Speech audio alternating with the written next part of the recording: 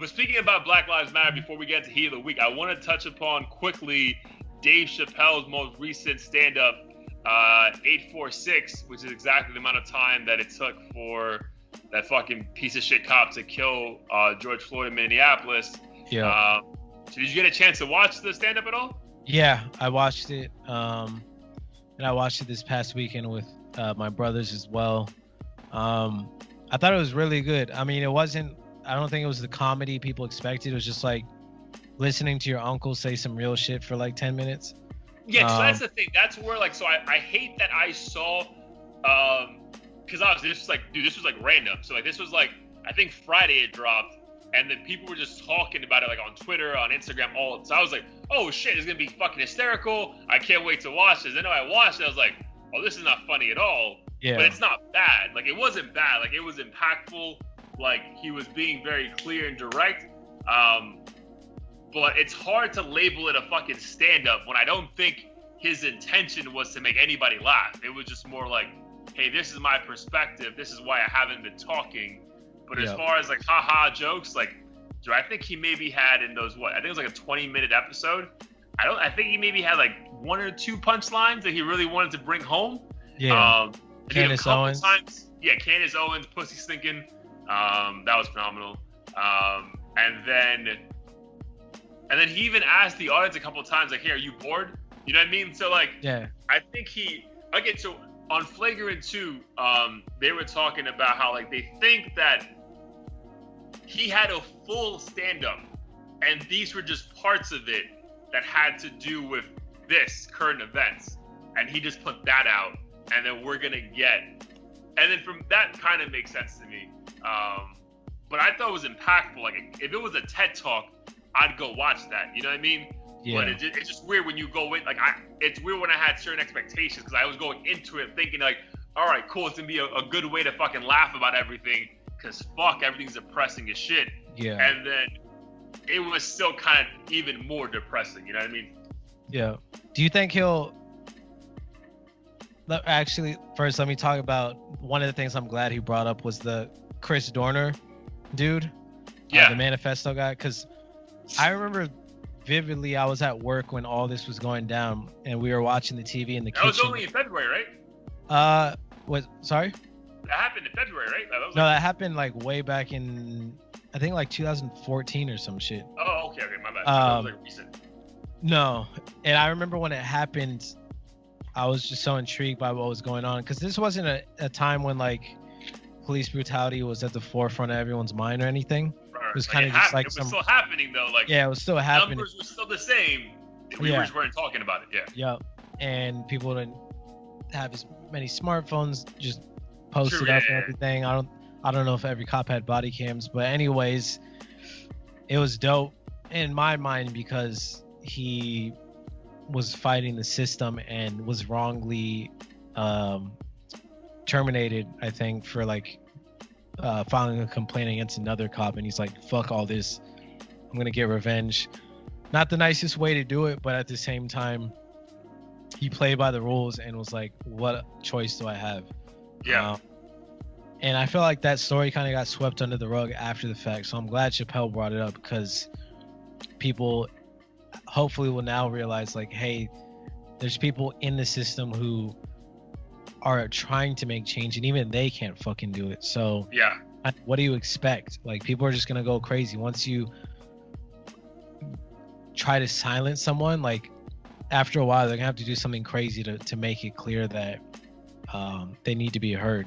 So I thought that was dope. But I was curious if you think that Chappelle's gonna kind of always be known as, or more as a kind of like an activist who delivers it in a comedic way, as opposed to the opposite. Because I feel like more and more recently, like, his comedy is very, very focused on the times and what's going on. So I'll go back to that, the Chris, was it his name, Chris Dorn? Chris Dorner? Yeah, Chris Dorner, sorry. So that joke was hysterical. That was a good punch, like, when, like, he said, like, the cops called him. Oh, yeah. It was like, Mr. Chappelle, we want to keep you safe. And he's like, keep me safe? Yeah. I'm good. Y'all need some help? Like, that shit, I was dying with that. Nah, man. So I really think he's a comedian who has a really good way of letting us know what's happening in the world. Whereas I think this whatever you want to call it, stand-up special, TED Talk, was anomaly. This is just like, let Uncle Dave tell you how he feels about everything, right? I don't think we're gonna get more of this, because if you go back to the Stick and Stones one, which we both loved, I didn't actually drop when I came to see you in August. I think that's more what he's about, like pushing the, like, yo, we're not gonna be PC. Fuck that. A comedian should be able to say whatever the fuck they want as long as it's funny, blah, blah, blah. So I think he's more on that side of the things.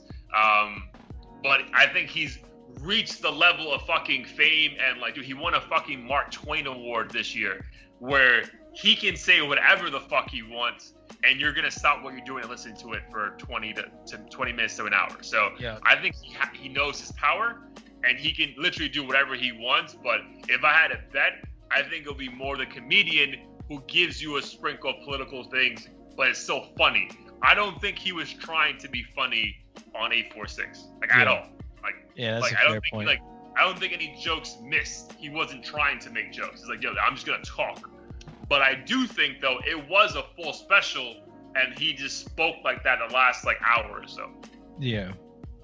I would think, and we'll find out in a year or so. But I think that's what happened. I'm glad I had a chance to see him live 3 years ago. Oh, nice. When he came to LA. I forget what the special was called. They made you put your phone away though, right? Yeah, they made us put our phone away so we couldn't do that shit. But he was hilarious. And that's what kind of kickstarted my interest in seeing comedy shows in general.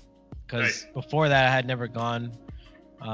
Went to one with my girl a few months ago, 5-6 months ago, and it was actually hilarious.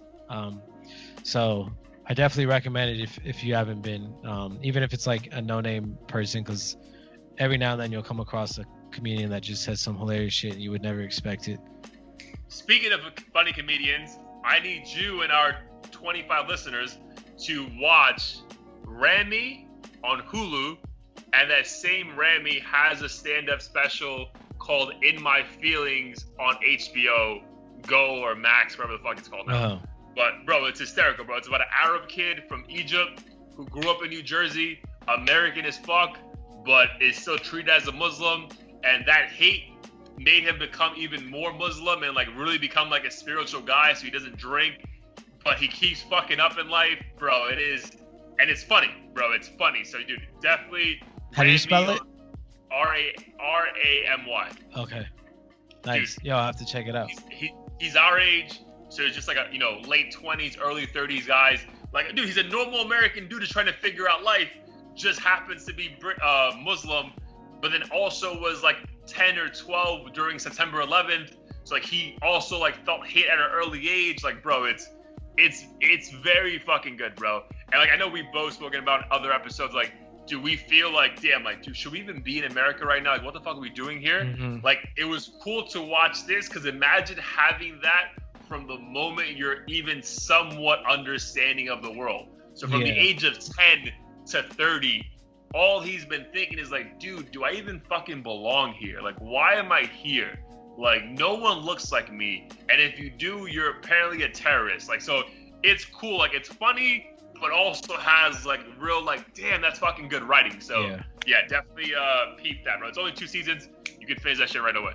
It's dope. I'll have to check it out for sure. Yeah. So but he has a really cool stand-up on HBO too. It's an hour long, and not to give it away, I'm getting super excited talking about this shit. I just watched this, but the last joke, bro. And again, I hate when people say other people's jokes. I'm not gonna give it away, but it's something about the fact that